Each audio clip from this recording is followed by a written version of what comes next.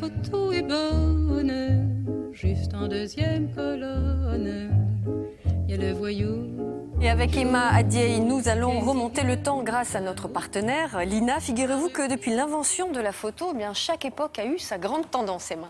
C'est vrai, aujourd'hui, on parle beaucoup des selfies. Et quand on en parle, on se focalise surtout sur l'aspect égocentrique de la pratique. Mais au fond, qu'est-ce que c'est le selfie? C'est l'évolution de la photographie qui est portée à son zénith, comme ça. Rappelez-vous, non, c'était à la fin du 19e siècle. Dans les années 20. Oui, quand on était ensemble à faire des photos, pas du tout. À la fin du 19e siècle, en fait, la photographie, qui était très complexe et qui était difficile d'accès pour tout un chacun, a été simplifiée grâce à l'apparition du Kodak.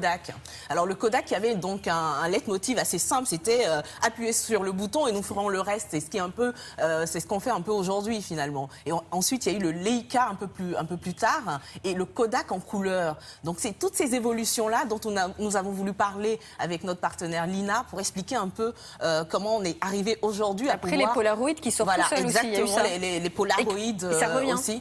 Exactement, qui reviennent un peu à la mode. Vous allez voir dans le sujet d'ailleurs, on en parle. C'est parti.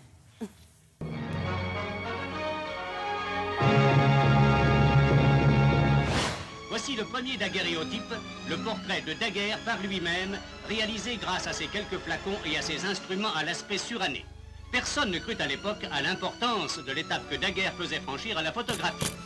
Nos aïeux coloriaient leurs daguerréotypes, puis leurs premières photos sur papier. L'art du portrait ne pêchait pas à l'origine par excès d'imagination. L'appareil, mystère sacré, ne bougeait pas. Quant au patient, jeu d'attitude réduit. Appuyé à droite, appuyé à gauche, ou façon penseur. Aujourd'hui, l'art du portrait a d'autres ambitions. Il interprète. Les appareils photo à développement instantané sont très appréciés. Il est bien agréable de pouvoir obtenir aussitôt la photo que l'on vient de prendre. Si elle est ratée, on peut s'en rendre compte immédiatement et la recommencer. Et oui, pour une fois, l'invention n'est pas venue des États-Unis, mais d'Europe, d'Angleterre et de Suisse précisément, il y a de cela 50 ans. 50 ans que nous faisons les mêmes gestes avec la même gêne. Réussi ou non, les photos sont garanties 100 ans. Les appareils photo jetables font un tabac dans l'Hexagone. Cet appareil photo n'a que 24 poses à vivre avant d'être condamné à mourir définitivement. Autrefois cadeau de communion, aujourd'hui simple objet, il coûte à peine 10 francs plus cher qu'une pellicule seule. Les amateurs, les photographes d'un jour, les enfants et tous ceux qui ont oublié leur appareil habituel se voient la vie simplifiée. Pourquoi est-ce que tu utilises cet appareil? Parce qu'il est petit, il se glisse facilement dans la poche, on risque pas de le voler.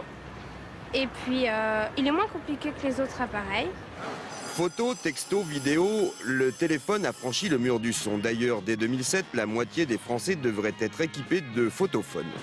Ouais, on n'a pas d'appareil photo numérique. Maintenant, tout ce qui est tous les beaux portables sont avec appareil photo et caméra. Tous les beaux portables, de toute façon, maintenant, sont comme ça.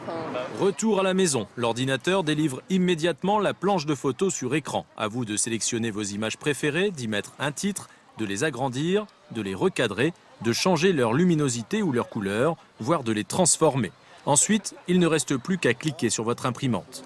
Conséquence, le marché des films photos traditionnels accuse une baisse de 5,5%. Ça marche bien? Ouais, ça va, c'est pas mal. Ah là, je vois rien avec le soleil.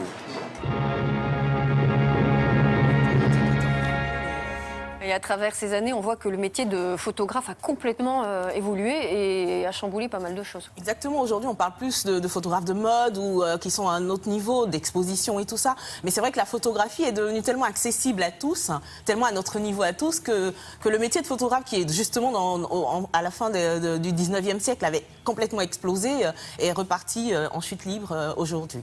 Merci beaucoup, Emma.